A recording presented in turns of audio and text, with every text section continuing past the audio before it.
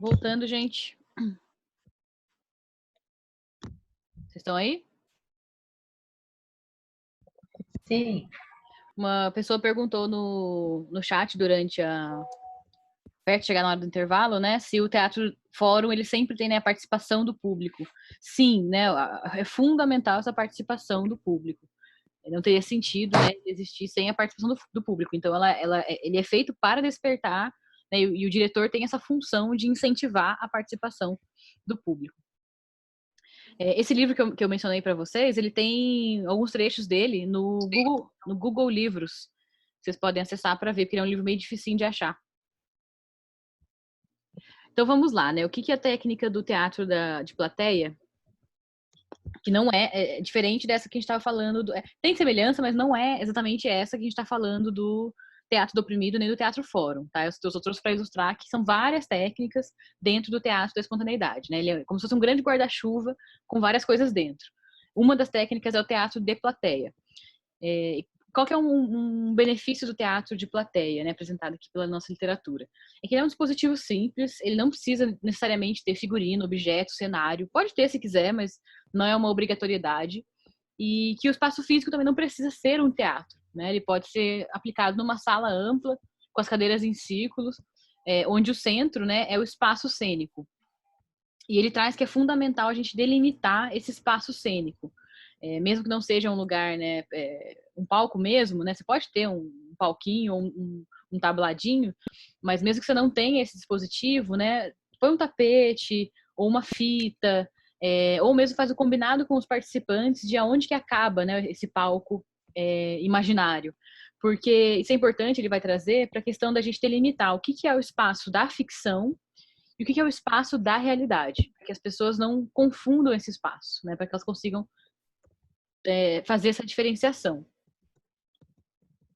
E aí uma proposta que ele faz também, ele sempre fala assim, né, no texto, isso é uma ideia, é uma proposta, sugere-se que se faça isso, mas nada é assim, tem que fazer.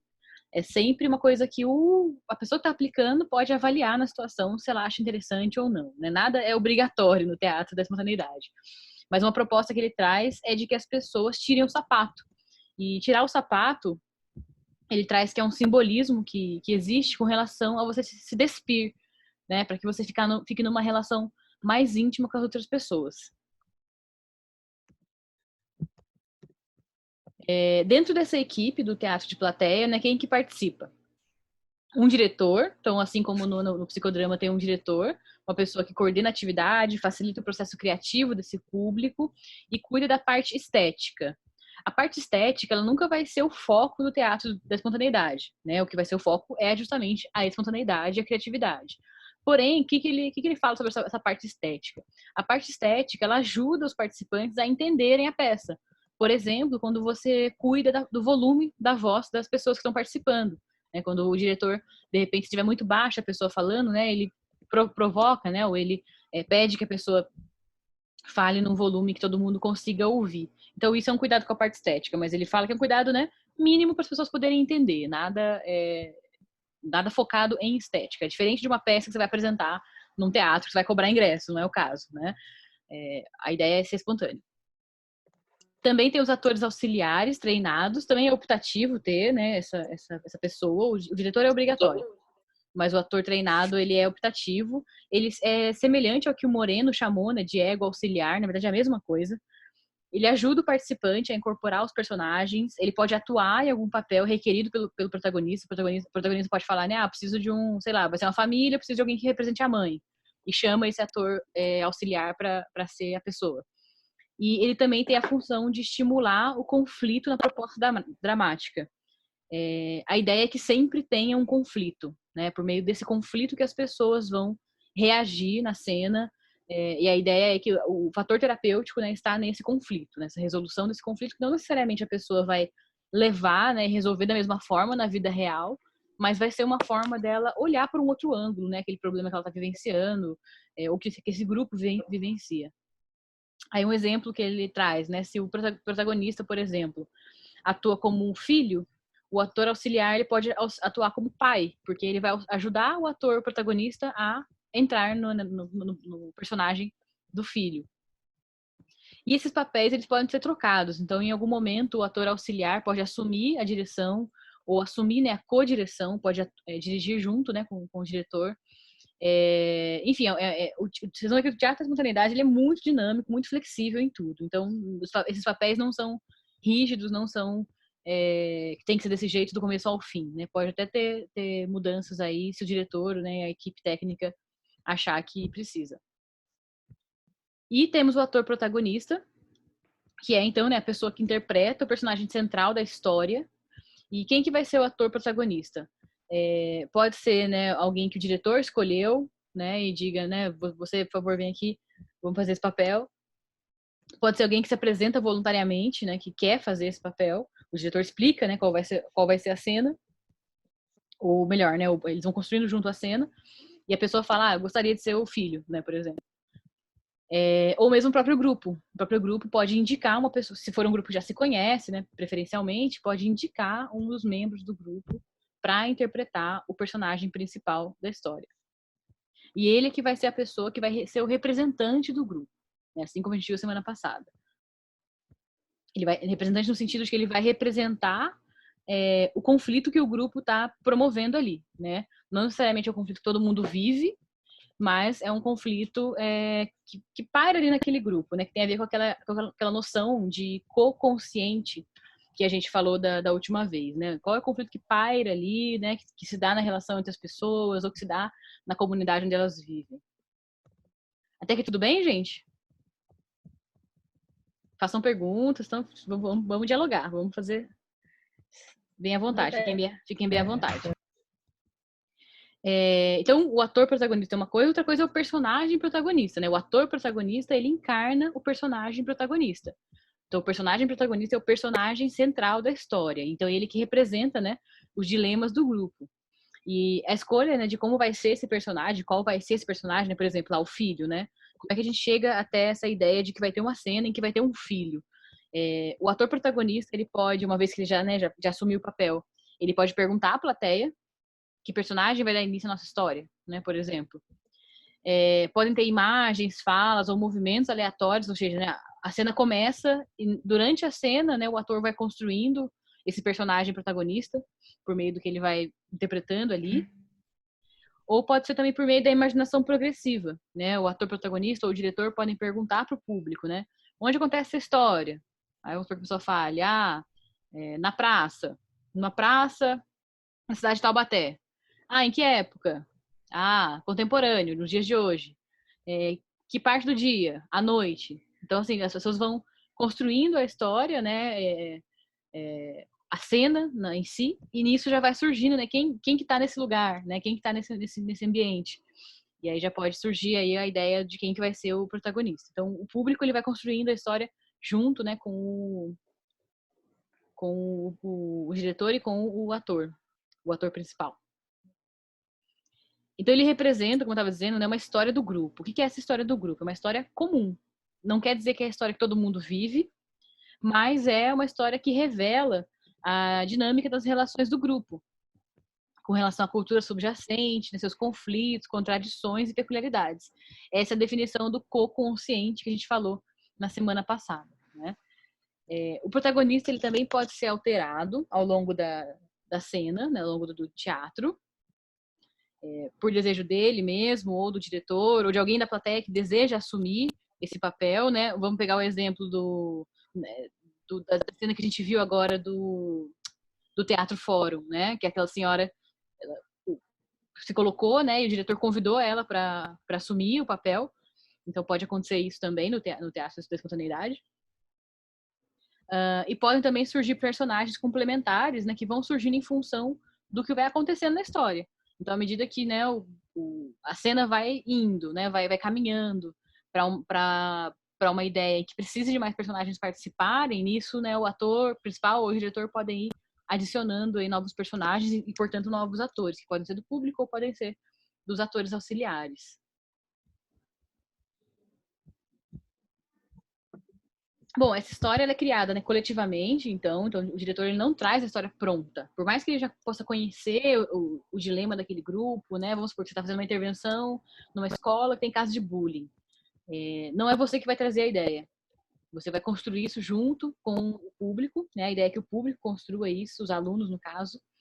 E essa história deve ter começo, meio e fim. Então, o diretor pode ajudar nessa coisa da história ter começo, meio e fim.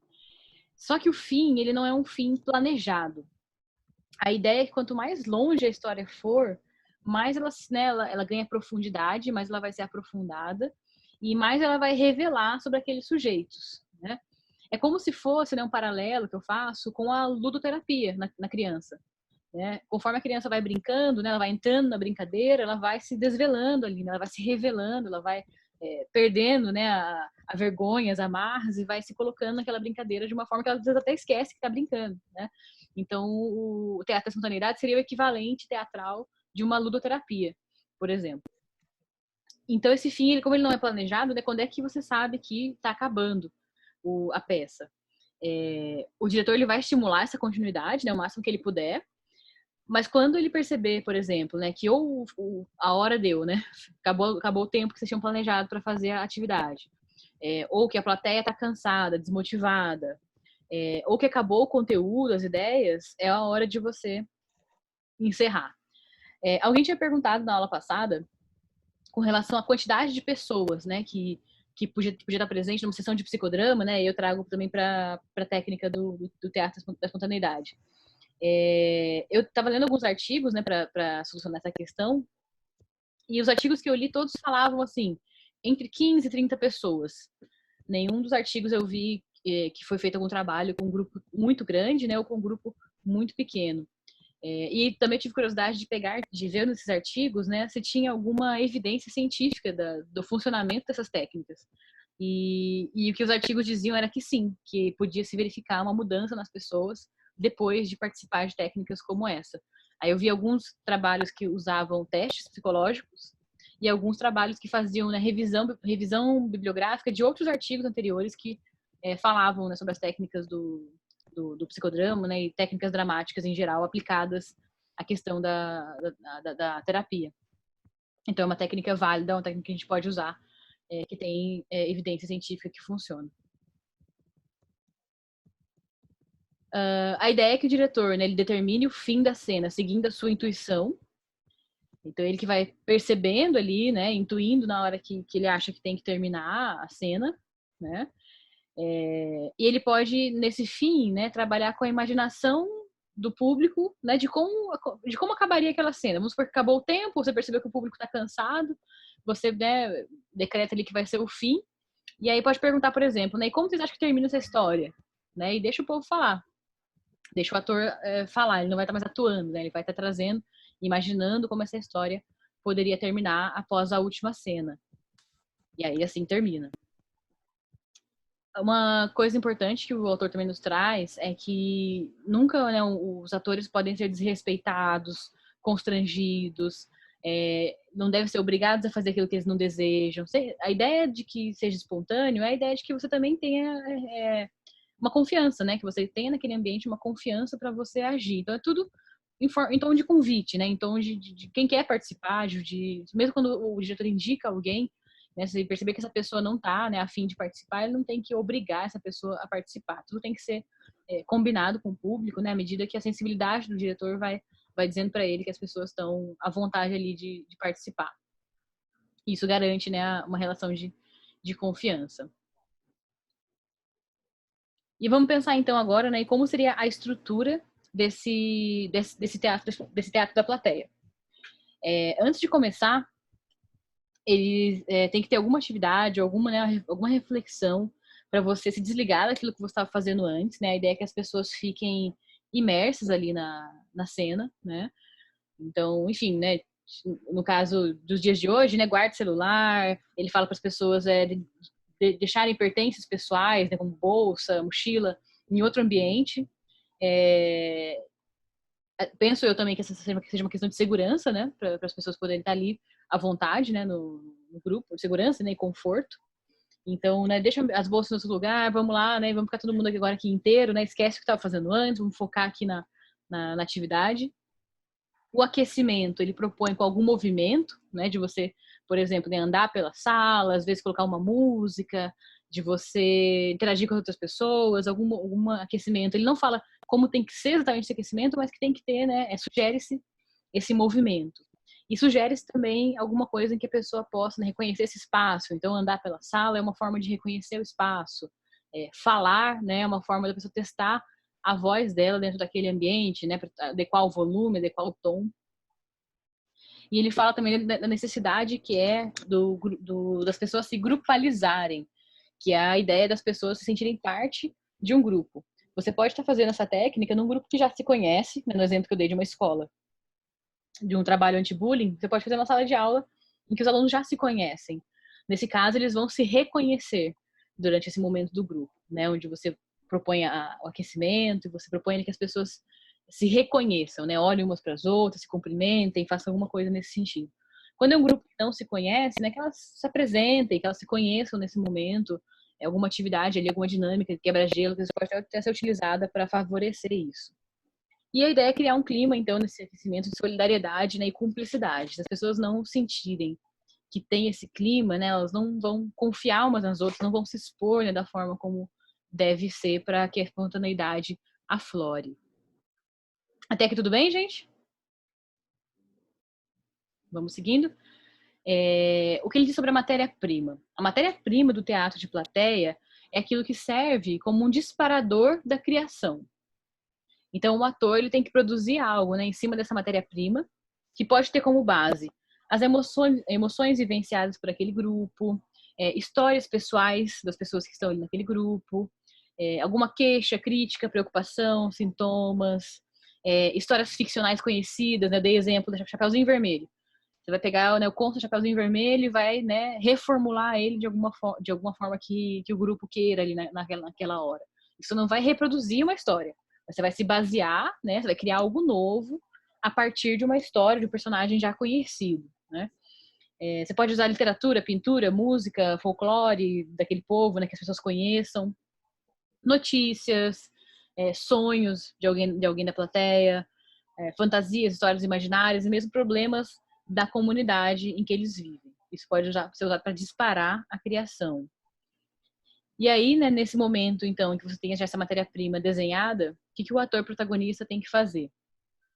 Ele vai construir o cenário, se tiver um cenário físico.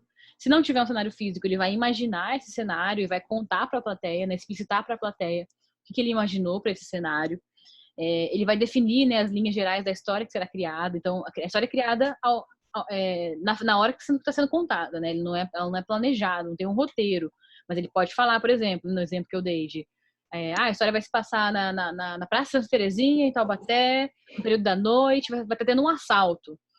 E aí, diante disso, né, meu personagem, que é um homem que estava fazendo, né, uma atividade física ali na praça, vai estar passando por esse assalto, por exemplo. Né? Isso é uma linha geral. Você não tem ainda o que vai acontecer depois disso, você não tem ainda o roteiro completo. Né? E o protagonista também vai definir, né, esse ator protagonista, quem são os personagens iniciais. Então, beleza, vai ter eu que estou caminhando aqui na praça, vai ter o ladrão e vai aparecer também em algum momento um amigo meu que vai me ajudar, por exemplo. Ele definiu que são 3 personagens iniciais, o que pode mudar ao longo da história ou pode permanecer como ele quiser. Né?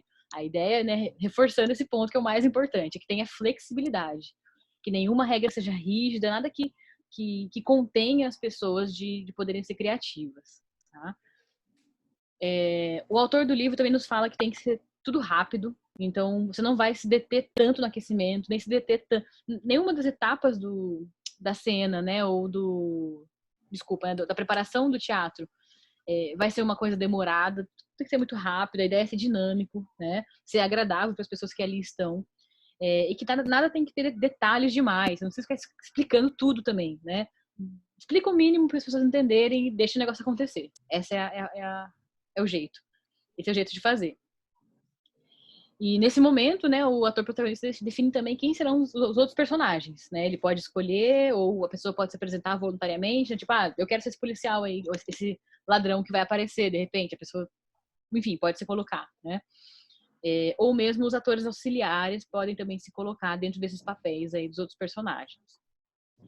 E, como eu falei, né, pode ter improviso, pode ter mudanças ao longo da cena, né? Improviso, na verdade, né, é a palavra. Assim.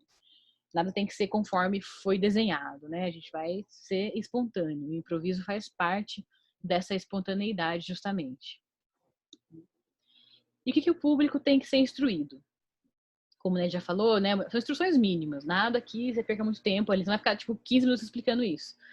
Tem que ser simples, mas o público tem que saber, né? Que existe a possibilidade de introdução de novos personagens, porque o público mesmo pode se colocar, né, para entrar na cena. Pode ter a possibilidade de os atores serem substituídos, então pode continuar tendo o ladrão, mas alguém na hora lá fala, o diretor fala, agora você vem aqui e faz o ladrão. Então o personagem é mantido, mas muda quem tá fazendo esse personagem. A depender do andar da cena ali, né? Que a plateia tem a possibilidade de opinar, de sugerir o que vai acontecer nessa cena a todo momento. E que o diretor ele pode também interromper a cena para solicitar sugestões, substituir esses atores que estão lá. Então, a plateia sabendo disso, tá beleza, ela sabe das regras principais. Agora, se for um público que já é experiente, você não precisa ficar repetindo isso toda vez, né? Vamos supor que você faça semanalmente numa escola, por exemplo. Eu tô dando só exemplo de escola, né? Mas, sei lá, semanalmente num hospital. Você não precisa ficar explicando isso toda vez, evidentemente. Né? Uma vez que as pessoas já sabem a regra, não precisa ficar retomando tantas vezes. Como é que vai ser a dramaturgia, né? Como é que as pessoas vão atuar nessa cena? A ideia, né, é que o diretor ele faça o menos intervenções possíveis, né? Deixa a galera livre para atuar. Se a história tiver, né, corpo, ritmo, deixa acontecer. Ele deve intervir apenas em algumas situações. Por exemplo, se a cena estiver repetitiva, né? A cena não anda, a cena tá ali, né? Toda hora a mesma coisa, mesmas falas, volta, né? Tá maçante, né? Meio chata aquela história. Então, a história não tá evoluindo, andando pra frente, é o momento do diretor inserir, né, algum novo personagem, ou tirar os personagens, ou fazer outra cena, dele fazer alguma mudança, provocar alguma mudança ali, né? Chamar um ator auxiliar e pedir uma intervenção dele ali também. Pode acontecer também do ator insistir numa atuação, né, muito estereotipada, de ficar talvez falando do mesmo jeito, né, atuando do mesmo jeito, insistindo numa forma de se colocar ali na cena, e essa forma não se modificar, nem, né, mediante a reação dos outros atores ou do público. Então também é a hora de, novamente, né, para não ficar repetitivo, maçante, modificar, pode modificar o ator ou colocar ele para fazer outra coisa ou pôr algum outro elemento ali também. Se a plateia estiver inquieta, com sono, né, saindo da sala, bocejando, conversando, já é um sinal também de que, né, não está rendendo ali, então já é o momento de parar, trocar de cena, alguma coisa assim. Se alguns dos atores superatuar, vocês já viram essa expressão superatuar, né, o overacting? Tem atores que às vezes assim gritam demais na cena, atuam de um jeito muito enérgico na cena, e às vezes quando você não tá tratando de atores profissionais, pode ter essa pessoa que vai até assim acabar inibindo os outros, né? Vai desequilibrar o ritmo ali do teatro. Então é melhor que se tiver alguém que, né, que tem esse comportamento, e se o diretor perceber que isso acaba atrapalhando, né, a cena, dele também fazer alguma intervenção ali para isso não acontecer mais, para lidar com essa situação, né? Quando algum dos personagens desaparece na cena, né, às vezes a pessoa para de falar, deixa a cena, né, rolar e fica mais assistindo ali, então é hora de intervir também. Se a cena extrapola o espaço cênico, né, esse palco que a gente falou aqui, mesmo que você não tenha um palco, você precisa delimitar o espaço, o diretor tem que intervir, porque a ideia é que não se perca esse limite entre o palco, que é o local da ficção, e o que é a plateia, né, que é o local da realidade. Ele fala muito sobre essa questão da gente delimitar esse espaço, né? E isso é muito importante para nós que trabalhamos na questão da saúde mental. Você não pode ter uma situação, né? A gente tem que evitar ter uma situação em que esse teatro ganhe, de repente, uma forma. Vamos supor que você está trabalhando com um grupo que tem um transtorno mental, né, não só psiquiátrico. Que a pessoa saia dali achando que ela é o personagem. Então tem que ter muito cuidado, né, primeiramente, né, ao propor essa técnica numa situação dessa, né, eu estava inclusive conversando aqui em casa sobre a questão de como seria de repente fazer isso num grupo psiquiátrico, que sei lá, tem um psicopata ali, tipo, o psicopata ele tem a característica de, além de não ter empatia, dele se espelhar no comportamento das outras pessoas para ele conseguir justamente fazer o que ele quer, né, enganar, né, mentir. Então, assim, o ideal é que ele não participe desse tipo de técnica. Então, a gente tem que ter muito cuidado também, né, ao propor. A gente não tem como garantir isso 100%, mas a gente tem que, pelo menos, observar nesse grupo se tem alguém ali que tem dificuldade de ter esse limite entre ficção e realidade, que de repente ela está em surto. Uma pessoa que está em surto, a gente não, um surto esquizofrênico, por exemplo, não é o ideal que ela participe dessa técnica, né? Ela pode participar numa situação, não é que o esquizofrênico não pode participar, ou que o psicopata não pode participar, mas a questão é a gente zelar para que o ambiente, que a gente tome esse cuidado, né? Para que esse ambiente seja um ambiente saudável e que tenha esse limite. Então, esse limite é super importante entre a ficção e a realidade. Em alguns contextos, talvez seja melhor a gente antes de usar essa técnica, conhecer melhor o grupo, né, saber como o grupo se comporta, conversar de uma forma, às vezes, mais pé no chão, né, mais realidade, antes de entrar numa técnica dessa que promove realmente, né, a liberação de fantasias, inclusive, né, da agressividade, que é o próximo ponto aqui.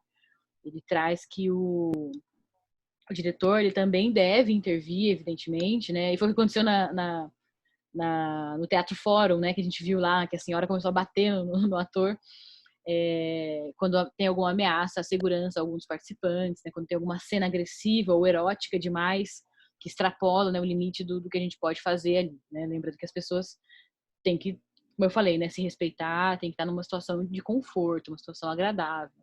Ninguém pode estar ali numa situação de se sentir agredido realmente, né? Isso não deve acontecer em nenhuma forma de terapia, muito menos nessa. É que nessa, devido às pessoas, né, ficarem às vezes bastante afloradas ali, né, com as emoções bastante afloradas, pode acontecer. Então, foi um pouco disso que eu falei para vocês semana passada, que eu falei assim, gente, quando vocês forem o trabalho, né, que a gente queria fazer na sala de aula, que eu propus, que vocês iriam fazer intervenções na própria sala de aula, que eram alguns cuidados que a gente teria que tomar, né? De que as emoções ficassem afloradas no nível controlável. Então, por isso que eu queria saber o que vocês iam fazer antes de vocês começarem a fazer. Mas agora, como a gente tá mudando o esquema, né? Então nem vai ter mais esse problema. Mas é um cuidado que a gente tem que tomar sempre, né? A técnica desse teatro, né, da plateia, ela sempre tem que ter um conflito, né? Como eu já disse no começo, ele é fundamental para que esse conflito apareça, né, seja elaborado, fundamental para que a técnica funcione. E tem dois tipos de conflito que podem surgir. Um que é interno, então duas forças, né, se opõem, mas é uma coisa do indivíduo, né, um desejo, uma necessidade, um valor, ela se manifesta dentro do indivíduo e impulsa o indivíduo a atuar de uma maneira distinta. Por exemplo, né, no caso do exemplo que eu falei lá, né, da pessoa que está fazendo exercício na praça, e aí chega o ladrão, aí vamos supor que ela tem esse conflito, ela já foi roubada uma vez e ela tem um desejo de talvez, né, se vingar desse ladrão ou, né, agredir esse ladrão, e ela precisa administrar esse conflito ali na hora. Dela ter que ter esse autocontrole, né, ou enfim, dela ficar com muito medo e ela ter que, né, agir de uma forma que ela domine esse medo também. Então, um conflito interno seria esse conflito a ser administrado aí durante a cena. E um conflito externo poderia ser quando o movimento do protagonista é obstaculizado, né? Aparece ali algum obstáculo por um entrave ou uma força oposta. Às vezes, outro personagem, né, que aparece não permite que esse conflito, né, aconteça, não permite que o protagonista, né, chegue aonde ele quer chegar na atuação dele.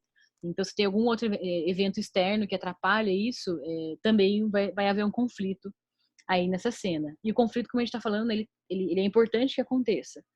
É nesse momento, né, em que a história mostra o conflito, que o protagonista vai ter a oportunidade de superar esse conflito. E como eu já disse no começo, né, não quer dizer que a pessoa vai transportar essa forma de superar para a realidade. Não quer dizer que ela vai sair dali e vai fazer aquilo. Mas a ideia do teatro, né, que até no final tenha uma reflexão sobre isso, que é uma forma de você, né, o objetivo do teatro, na verdade, não é que você saia copiando, né, a ação do personagem, mas é que você aprofunde a compreensão desse problema, que você observe por ângulos diferentes, que você crie, né, novas alternativas, né, link, inventariar, né, colocar no inventário, colocar numa lista essas alternativas que você tem de agir, aprofundando a vivência emocional, aí ele vinculado, né, e liberando esses sentimentos que muitas vezes estão contidos aí na pessoa. A história criada se constitui numa problematização de valores, né, práticas tradicionais, soluções enlatadas, preconceitos, ideologias, sendo um instrumento de liberação e estímulo da espontaneidade. Eu li num artigo sobre esse tema que eu estava lendo hoje, antes da aula para vocês, que teve uma experiência em que eles fizeram um teatro da espontaneidade numa universidade. Ih, tá acabando nosso tempo. Numa universidade. E os alunos tinham que escolher um personagem que participasse de alguma minoria. Então, poderia ser um deficiente, poderia ser um homossexual, poderia ser uma pessoa muito pobre, poderia ser uma pessoa negra, poderia ser... Qualquer personagem ali tinha as opções, né? Que pertencesse a alguma minoria. Então, tem a ver com isso, né? Com preconceito, com você ali na cena, né? Ver isso acontecer, né? Colocar isso de uma forma lúdica, porém, né? Trabalhável. Porém, esse conflito aparecer ali de uma forma que você possa trabalhar. Então, é um instrumento de liberação e estímulo dessa espontaneidade. Assim, né, qual que é a ideia desse conflito? Que a história vai se construindo e que ela tenha um poder desalienante. Né? Porque a alienação é quando a pessoa não consegue sair de uma situação, não consegue pensar sobre aquela situação, ela nem percebe que ela está numa situação de opressão, por exemplo. Né? A ideia é que ela saia dessa condição, que ela possa refletir sobre a realidade dela e se emancipar, né, fazer outras leituras dessa mesma situação. Nesse sentido é que acaba sendo terapêutico, certo? Porque na terapia a gente também faz isso, né? Tirar a pessoa desse lugar, trazer a consciência, né? Independente da abordagem que você for utilizar, né? Pode ser trazer a consciência, ou trazer novos repertórios, ou né, ter uma aceitação empática para aquilo que ela traz. Então, assim, vai ter diversas formas de a gente ver na terapia individual esse poder desalienante. E também é o objetivo, então, né, do teatro da espontaneidade. Bom, beleza, aconteceu a dramatização, né? E o que acontece então no final da sessão? Depois que termina a dramatização, tem a parte dos aplausos. E ele fala que o aplauso não é só uma questão de um reconhecimento de quem está ali, não é só uma coisa para você dizer gostei do que aconteceu. O aplauso ele tem uma função no teatro que é de você demarcar a diferença entre o ator e o personagem. O aplauso ajuda o ator a retornar ao mundo real. Então, a hora que tem o aplauso é a hora em que, né, a peça acabou, que marca essa transição. E pode ter também no final um momento de compartilhamento, que a gente viu que tem também, né, na proposta do Levi Moreno. Aqui é uma coisa opcional. Então, a sessão pode acabar ali, depois do aplauso, ou pode ter um momento de compartilhamento, que é um momento rico, né? Porque ele possibilita a expressão de emoções, a pessoa pode falar do que ela foi sentindo ali ao longo das cenas, enquanto ela assistia ou enquanto ela atuava. Permite essa elaboração intelectual, passando das emoções para a cognição, né? Mas ele aponta também alguns riscos do compartilhamento, né? Porque você pode também desfazer esse impacto emocional, né? Tornar uma coisa de repente muito racional, muito pé no chão, e a pessoa não conseguir fazer uso dessa ludicidade que aconteceu ali na peça, ou que as pessoas também podem retornar às cenas, mas agora, né, sobre um outro enfoque, sobre um outro papel, com discursos moralistas, né? E falar, mas se eu estivesse lá fazer do outro jeito, devia ter feito de outro jeito. Vamos dizer que as barreiras, né, os preconceitos retornam na pessoa nessa hora. Então tem esse erro, né, esse risco da pessoa retornar, mas de uma forma diferente do que ela tinha feito. Isso pode não ser tão legal, tão saudável. E aí, para encerrar, né, o momento, tendo compartilhamento ou não, a orientação é que a gente cuide, né, para que não perca esse impacto artístico, né, porque lembrando, né, o teatro da espontaneidade é uma técnica dentro da arte-terapia, né, então não tem que perder essa característica artística. E ele sugere alguma forma de você terminar, né, ele fala dos finais apoteóticos, de você terminar de uma forma que as pessoas saiam dali com essa criatividade ainda aflorada, né, saiam dali com essa vivência forte, né. E aí ele fala, pode ter um cumprimento, por exemplo, um abraço coletivo, né? Não é uma regra, tem que ter um abraço coletivo. Nada tem regra nessa técnica. Mas uma forma da gente terminar de uma forma interessante, né? Próxima das pessoas ali, né? Enfatizando esse poder do grupo. Tá? E aí, após o encerramento, né? Ele termina o capítulo com essa descrição de como aconteceu. E aí eu queria perguntar para vocês o que vocês acharam, se veem nessa condição de aplicar uma técnica dessa, gostaram, não gostaram, é bem diferente, né, do que a gente está acostumado a fazer.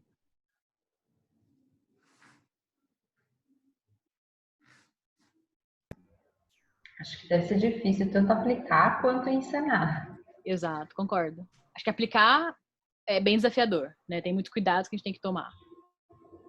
Uhum. Até tem uma notinha de rodapé em que ele fala que o ideal é que um diretor ele já seja participante de alguma trupe de teatro espontâneo, que ele já tenha já mais experiência, né?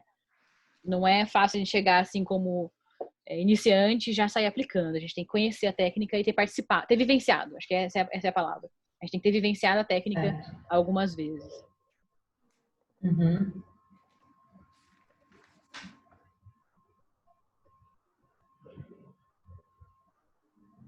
Parece interessante, mas difícil, né? A dificuldade realmente. Sim, sim. Sim.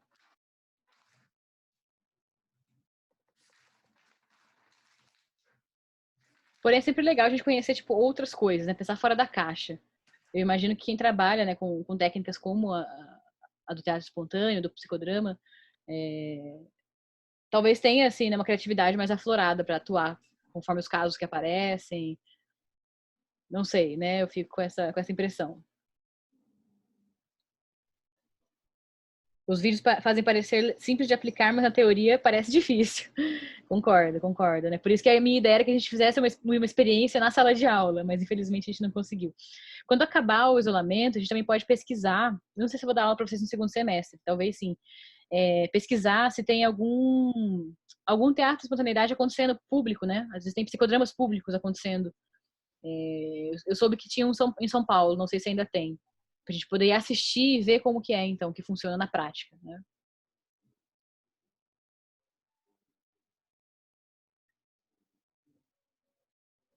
Beleza, gente. Ótimo a participação de vocês. A ideia é a gente, né, então, que essa disciplina enriqueça, né, o repertório de vocês, quanto à forma de atuar, formas de intervir dentro da psicologia, né, que a gente não fique só com aquele modelo clássico de, né, terapeuta de van, cara a cara com o cliente. Vamos pensar, né, com formas diferentes, inclusive, talvez pesquisar, né, e bolar novas técnicas para terapia, pensando que a gente está hoje, né, na modernidade, na pós-modernidade, né, existe de nós essa flexibilidade, essas, né, diferentes formas de atuar. Eu vou colocar esses materiais todos, né? Eu posso pôr os slides também, né? O capítulo do livro lá na plataforma EVA. Então, lembrando que a frequência de vocês vai ser medida pelo acesso à plataforma. Então, eu preciso que vocês entrem lá, pelo menos para dar uma olhada no material, né? Só vocês terem acessado, eu já consigo ver. E para aula de hoje não tem nenhuma tarefa para vocês fazerem. Quem quiser, né, uma sugestão, lê o livro, né, que eu falei do Boal, que tem no Google Livros. Tem um trecho grande lá, acho que de umas, sei lá, 100 páginas. É bem legal. E os trechos dos vídeos que eu passei, do segundo vídeo, né, o segundo vídeo que eu passei para vocês, ele é um trecho de um documentário que tem no YouTube também, de mais ou menos 1 hora, só do Boal, né, ele já é falecido, mas dele falando sobre até as técnicas dele. E uma curiosidade que eu não sabia, o Augusto Boal, ele concorreu, ele foi um dos indicados ao Prêmio Nobel da Paz. Então, é alguém que a gente nem, né, ouve falar, nem conhece. Pelo menos eu não vejo, assim, né, ele como um grande nome da psicologia. Mas a gente é legal de apreciar, né, os teóricos brasileiros. A gente tem pensando em arte terapia, né, tem a Anísio da Silveira, que é bem conhecida, mas tem outros nomes também, que são pessoas que a gente tem que apreciar, né, apreciar e divulgar. Tá certo, pessoal? Então, obrigado pela aula de hoje, obrigado pela participação de vocês, espero que vocês tenham gostado. E a gente se vê novamente aí na próxima semana, então. Um grande abraço a todos, boa sorte nesse isolamento e se cuidem. Um grande abraço. Bye.